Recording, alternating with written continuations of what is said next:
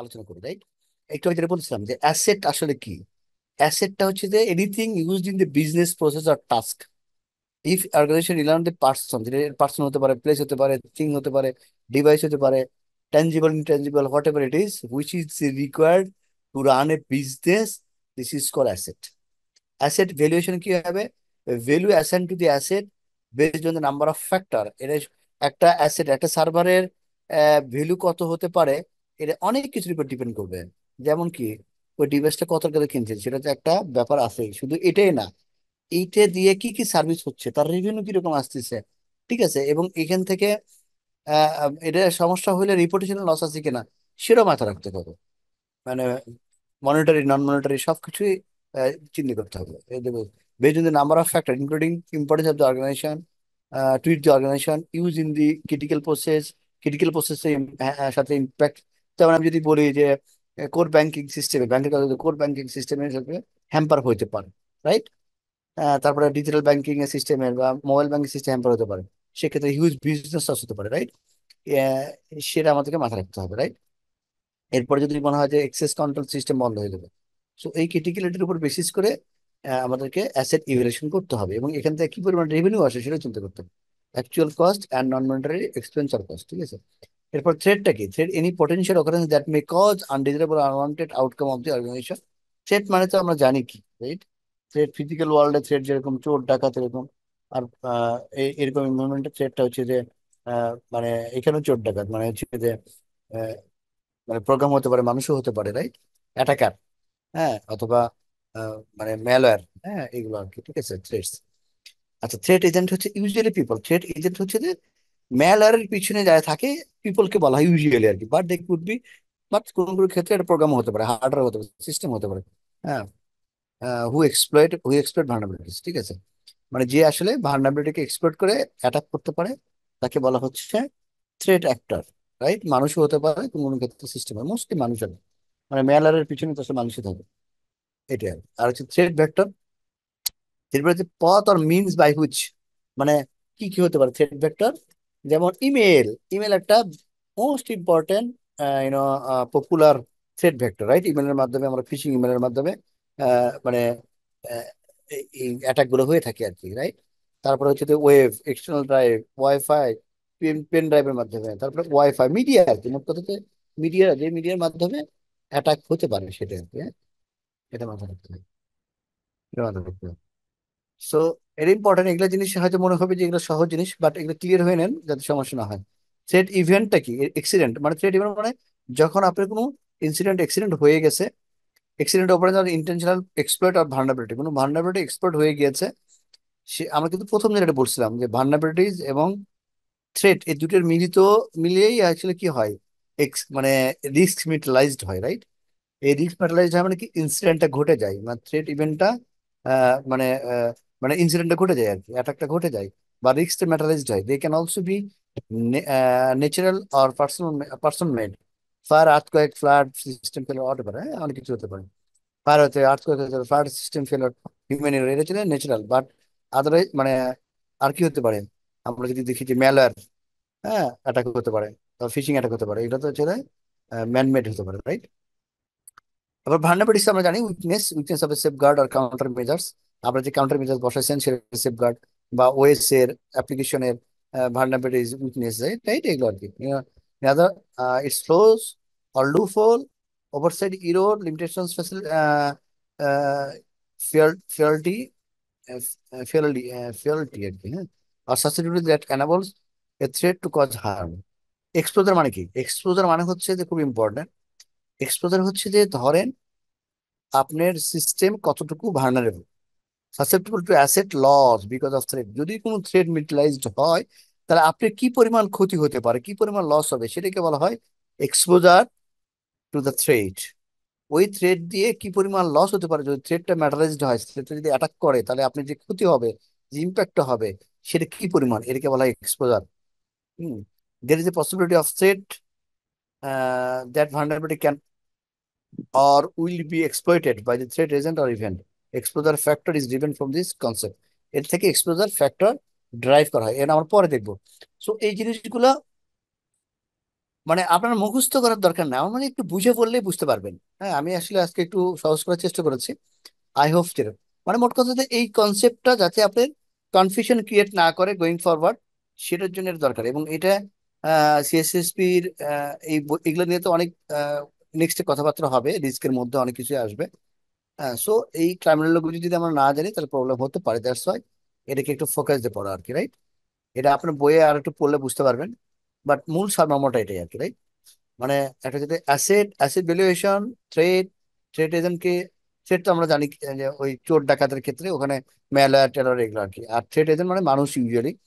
Thread vector হচ্ছে যে medium কার মাধ্যমে হয়। থ্রেড এজেন্ট মানে হচ্ছে, থ্রেড ইভেন্ট মানে ইভেন্ট হয়ে গেছে, ভালনারেবিলিটি উইকনেস এক্সপোজার মানে হচ্ছে যে কি পরিমাণ ক্ষতি হতে পারে, দ্যাটস ইট। এইটুকু কনসেপ্ট থাকলে হচ্ছে, আর কিছু না।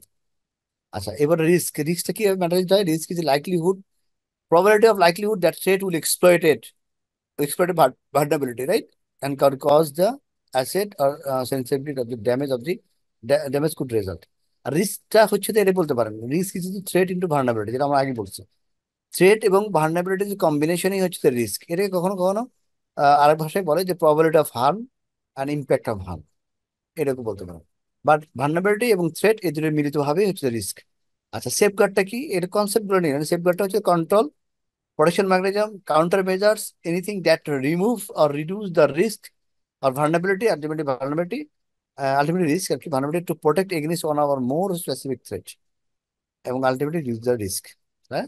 তো সেফগার্ড মানে বুঝতে পারছেন, অ্যাটাক মানে হচ্ছে intentional attempted exploitation of vulnerabilities, মানে যেটার অ্যাটাকটা মানে হচ্ছে ভালনারেবিলিটিকে এক্সপ্লয়েট করে আপনার বাই থ্রেট রিস্কটা ম্যাটেরিয়ালাইজ করা হয় আর ড্যামেজ করা হয়, লস করা হয়, ডিসক্লোজার অফ অ্যাসেট বা আহ, মানে ডাটা লিকেজ করা হয়। Failure attempt in validating the security to be considered. যদি মানে দেখেন, অ্যাটেম্প্ট করলো কিন্তু সাকসেস হলো না, সেটাও কিন্তু একটা ইনসিডেন্ট, সেটাও কিন্তু একটা অ্যাটাক। ঠিক আছে, এরকম মনে রাখতে হবে। মানে কেউ যদি অ্যাটাক করার চেষ্টা করে, সেটাও একটা আপনার জন্য থ্রেট, সরি, মানে অ্যাটাক আর কি। এবং এটা ইনসিডেন্ট হিসেবে ট্রিট করতে হবে। ব্রিজ মানে অলরেডি ডাটা ব্রিজ হয়ে গেছে। ইনটিউশন আর penetration is the occurrence of security mechanism by being bypassed by threat agent. A breach is successful attack. Successful attack মানে ব্রিচ। হ্যাঁ, এটাই হচ্ছে কথা। আচ্ছা, এখানে দেখেন সুন্দর একটা সাইকেল দেওয়া আছে। মানে অ্যাসেট থেকে যদি শুরু করি, অ্যাসেট হুইচ endangered by কি threat, asset which are endangered by threat, which exploit threat, which exploit threat, exploit vulnerabilities, threat exploit, এভাবে পড়ি। থ্রেট কি করে? ভার্নাবিলিটিকে এক্সপ্লয়েট করে। Threat exploit vulnerabilities. ভার্নাবিলিটিস কি করে? হুইচ রেজাল্ট, এবং থ্রেট এবং vulnerability which result in exposure, মানে সরি, ভার্নাবিলিটি যেটা, ভার্নাবিলিটি আলটিমেটলি এক্সপোজার বাড়ায় দেয়, এক্সপোজার করে দেয়, মানে এক্সপোজ করে দেয় দুটো attacker, right? Exposure which is a risk, right? And which is risk is mitigated by safeguard which ultimately protect the asset. খুব সুন্দর করে এখানে কিন্তু বলা আছে। অ্যাসেট, থ্রেট, থ্রেট এক্সপ্লয়েট করে কি ভার্নাবিলিটিসকে, ভার্নাবিলিটিস আর রিস্ক মিলে ইয়ে মানে হচ্ছে যে মানে এটা হচ্ছে এক্সপ্লোর, ভার্নাবিলিটি আসলে এক্সপ্লোজার। এবং এটাকে অ্যাটাক করার পরে রিস্ক ম্যাটেরিয়ালাইজড হয়, এবং রিস্কটাকে মিটিগেট করার জন্য সেফগার্ড বসানো হয়। আর সেফগার্ড আলটিমেটলি অ্যাসেটকে প্রোটেকশন দেয়। খুব সুন্দর করে এখানে লেখা আছে। ঠিক আছে। আচ্ছা, এবার দেখি রিস্ক অ্যানালাইসিস। সো রিস্ক পার্টটা আমরা একটু বেশি করে পড়বো কিছু, বিশেষ করে কারণ এটা খুবই ইম্পর্টেন্ট এবং এটা কোশ্চেন আসতে পারে। ঠিক আছে। সো রিস্ক অ্যাসেসমেন্ট বা অ্যানালাইসিস কিভাবে করবো আমরা? Two primary methodologies are there for assessing the risk. একটা হচ্ছে কোয়ান্টিটেটিভ, একটা কোয়ালিটেটিভ। এটা কিন্তু একটু বেশি করে মানে মনোযোগ দিয়ে দেখতে হবে, এর থেকে কোশ্চেন আসতে পারে আর। আপনি কি এটা জানেন তো মনে হয়, কোয়ালিটেটিভ বা কোয়ান্টিটেটিভ রিস্ক অ্যাসেসমেন্ট, এগুলো জিনিস জানেন হয়তো, আপনাদের কাছে হয়তো মনে হবে যে এগুলো ডুপ্লিকেশন, বাট অ্যাটলিস্ট মানে এই আলটিমেটলি সিকিউরিটির অনেক কিছু কিন্তু আমরা বাদ সিস্টেমে জানি হয়তো অনেকে। ঠিক আছে। বাট সিএসএসপির মধ্যে এগুলোকে এত একটু সুন্দর করে লিখে থাকে, একটু ডিপ লেভেলে লিখে থাকে। এই জিনিসগুলো একটু কনসেপ্ট আরো ক্লিয়ার করার জন্য পড়তে হবে, যাতে করে পরীক্ষার এক্সামেও আমরা এটাকে হেল্প করবে আর কি, পাস করার জন্য, রাইট? সো রিস্ক আমরা যদি একটু নিজে থেকে চিন্তা করি, তাহলে আসলে বুঝতে পারি যে আসলে ব্যাপারটা কি। তার রিস্ক অ্যাসেসমেন্ট করা হয় দুইভাবে, একটা কোয়ালিটেটিভ আর কোয়ান্টিটেটিভ। কোয়ান্টিটেটিভ হচ্ছে যে ফিগার, ডলার ভ্যালু থাকবে, টুয়ার্ডস মানে একটা নিউমেরিক ভ্যালু থাকবে। আলটিমেট রেজাল্ট একটা নিউমেরিক্যাল, ম্যাথমেটিক্যাল ক্যালকুলেশন, একটা নিউমেরিক্যাল ভ্যালু বেরোবে, যে এই এখানে রিস্কটা এত ডলারের, $1 মিলিয়ন, $10 মিলিয়ন রিস্ক আছে এই সিস্টেমের জন্য, বা এই থ্রেটের জন্য, বা এই এনভায়রনমেন্টের জন্য। এরকম একটা ফিগার বলতে পারেন আর কি। এটাকে বলা হয় কোয়ান্টিটেটিভ, মানে ফিগার ডলার ভ্যালুতে কনভার্ট করা। আর কোয়ালিটির মানে হচ্ছে জাজমেন্টাল, সাবজেক্টিভ ব্যাপারটা, ইনট্যাঞ্জিবল ভ্যালুজ। যেমন একটা হাই রিস্ক, লো রিস্ক আছে, মিডিয়াম রিস্ক আছে, বা ক্রিটিক্যাল রিস্ক আছে, এরকম করে আমরা সাধারণত বলে থাকি। মানে এক্স্যাক্টলি বলতে পারবো না যে কত টাকা লস হবে, হ্যাঁ, কি কি সমস্যা হবে। আমরা বলতে পারি এখানে high risk, low risk. But এটা যদি আমি ডলারে যখন কনভার্ট করবো, তখন এটাকে বলা হয় quantitative risk. Both R necessary for complete respective. মানে কখনো কখনো আপনি ডিরেক্ট টাকায় কনভার্ট করতে পারবেন না রিস্কটাকে। এই জন্য বলা হয় যে কখনো কখনো, যেমন আপনি ধরেন রেপুটেশনাল লস, হ্যাঁ, ধরেন আপনার একটা ওয়েবসাইট ডাউন হয়ে গেল, বা একটা সার্ভিস ডাউন হয়ে গেল, এই রেপুটেশনাল লস কত হবে সেটা কি আপনি ফিগারে কনভার্ট করতে পারবেন? পারবেন না। তখন সেটাকে বলা হবে, এটাকে কোয়ালিটিভ রিস্ক বলা হবে। এই কোয়ালিটিভ রিস্ক আর কোয়ান্টিটিভ রিস্ক দুটো একসাথে করে হাইব্রিড রিস্ক বলা হয় আর কি। হাইব্রিড রিস্ক অ্যাসেসমেন্ট বলা হয়। এই আলটিমেটলি এই দুটোকে একসাথে করেই, হাইব্রিড করে আসলে রিপোর্ট করা উচিত, রিস্ক অ্যাসেসমেন্ট করা উচিত। ঠিক আছে। সো কোয়ালিটিভ রিস্ক অ্যানালাইসিসটা কি? এটা most scenario base, sorry, more scenario based risk calculator. Quality মানে হচ্ছে যে সাবজেক্টিভ, এটা ক্যালকুলেটর বেসড না, মোর অন সিনারিও বেসড। হ্যাঁ, যা ওই যেটা বললাম যে ধরেন রিপুটেশনাল লস, লস যেটা আর কি। হ্যাঁ, আপনার ফেসবুকের আইডি যদি হ্যাকড হয়ে যায়, তাহলে আপনার রিপুটেশনাল লসই বেশি হবে, রাইট, সাধারণত।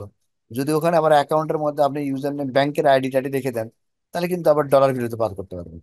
তাহলে আপনি যদি ফেসবুক আইডি হ্যাকড হয়ে যায়, তাহলে আপনার এখানে রিপুটেশনাল লস হবে কত সেটা আপনি ভালো করে বুঝবেন। আবার ওখানে যদি আপনার ইউজার নেম, পাসওয়ার্ড, ব্যাংকের আইডি, ফোন নাম্বার, বা ব্যাংকের আইডি, পাসওয়ার্ড, পিন নাম্বার, এগুলো যদি সেভ করে রাখেন কোনোভাবে, তাহলে সেটা লস হয়ে যাবে, তাই না? সো এই জিনিসটা মাথায় রাখবে। বা আপনি যদি জিমেল অ্যাকাউন্টটা হ্যাকড হয়ে যায়, রাইট, জিমেল অ্যাকাউন্ট হ্যাকড হয়ে গেলে ওখানে আমরা অনেক মানে সেন্সিটিভ ইনফরমেশন যদি রেখে থাকি, এবং ওখানে ইউজার না পাসওয়ার্ড রেখেছি ব্যাংকে, তাহলে ব্যাংকের টাকা লস হয়ে যাবে। তো সেক্ষেত্রে দুটোর কম্বিনেশনে আমরা রিস্ক অ্যানালাইসিস করতে হবে। এখানে জাজমেন্টাল কলটা বেশি ইম্পর্টেন্ট, ইনটিউশন আর এক্সপিরিয়েন্সটা ইম্পর্টেন্ট, এগুলো দিয়ে করা হয়। Technique to perform the quadratic risk assessment, এটা brains topic, focus group discussion, তারপর হচ্ছে কোশ্চেনারিজ তৈরি করে, চেক লিস্ট তৈরি করে, ওয়ান টু ওয়ান মিটিং করে, ইন্টারভিউ করে, সিনেরো বেস চিন্তা করে, ডেলফি মেকানিজম ইউটিলাইজ করে। ডেলফি মানে হচ্ছে, ডেলফি টেকনিক মানে একটা গ্রুপ বেস কোনো একটা প্রবলেম, মানে এটা অ্যানোনিমাস ডিসকাশন হবে, এবং ফিডব্যাক নেওয়া হবে পিপলের কাছ থেকে। একটা গ্রুপ অফ পিপল একটা রুমের মধ্যে ঢুকে, একটা গ্রুপ অফ পিপলের কাছ থেকে বিভিন্ন কোশ্চেনারিজ দিয়ে ফিডব্যাক নেওয়া হয়, এবং ফিডব্যাকটা একসাথে করে কম্পাইল করে একটা সাবজেক্টিভ রেজাল্ট তৈরি হয়। এটাকে বলে ডেলফি মেথড।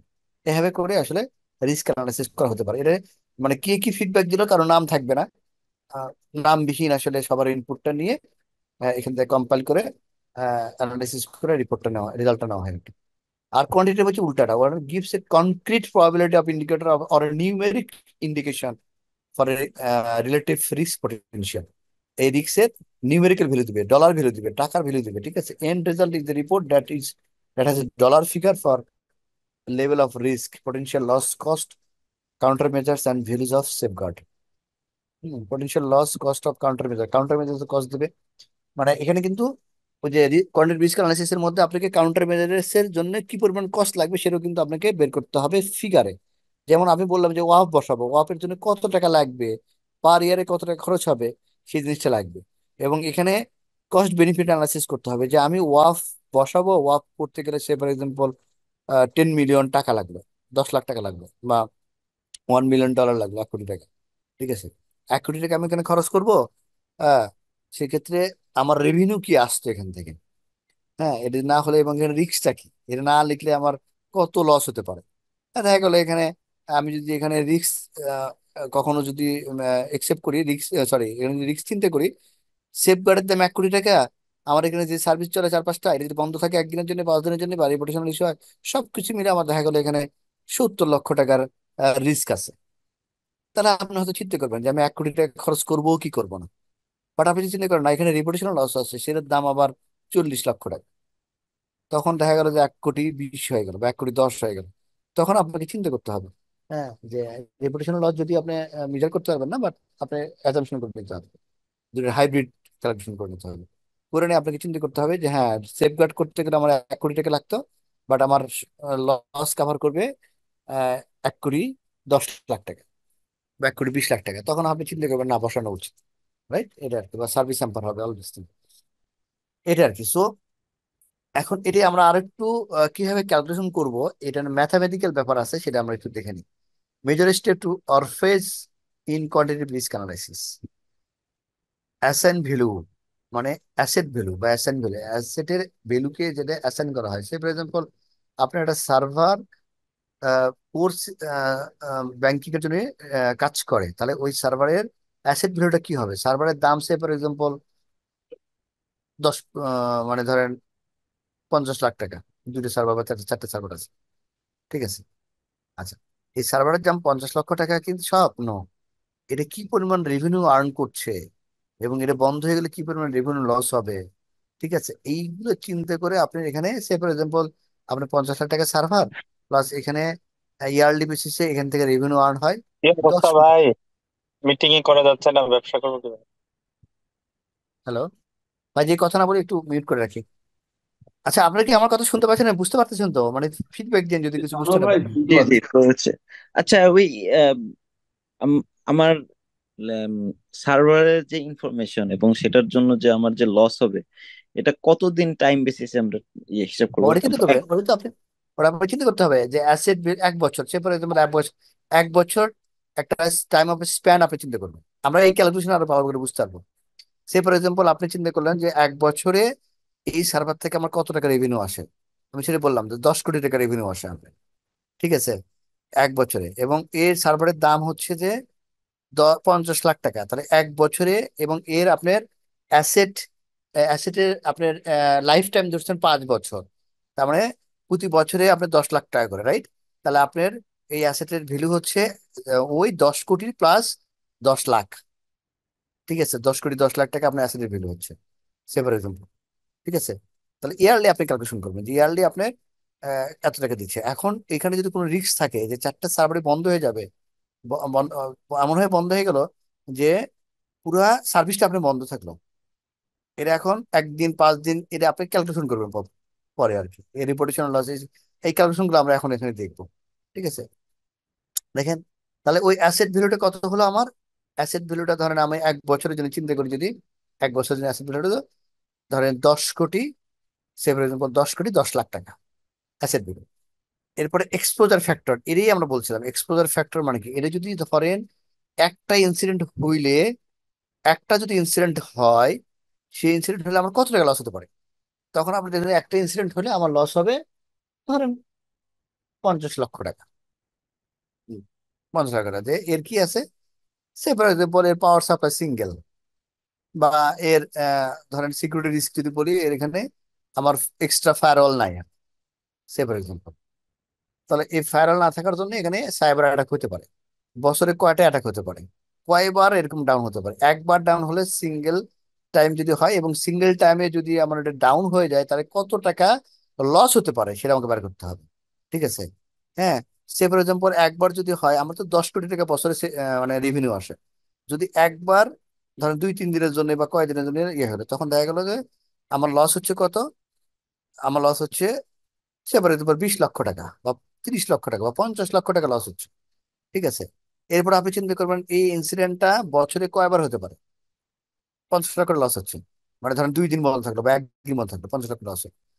এরপরে দেখলেন আপনি এটা কয়দিন হতে পারে বছরে, আপনি দেখলেন যে এটা বছরে 2 বার হতে পারে, তার মানে 1 কোটি টাকা লস হতে পারে, রাইট?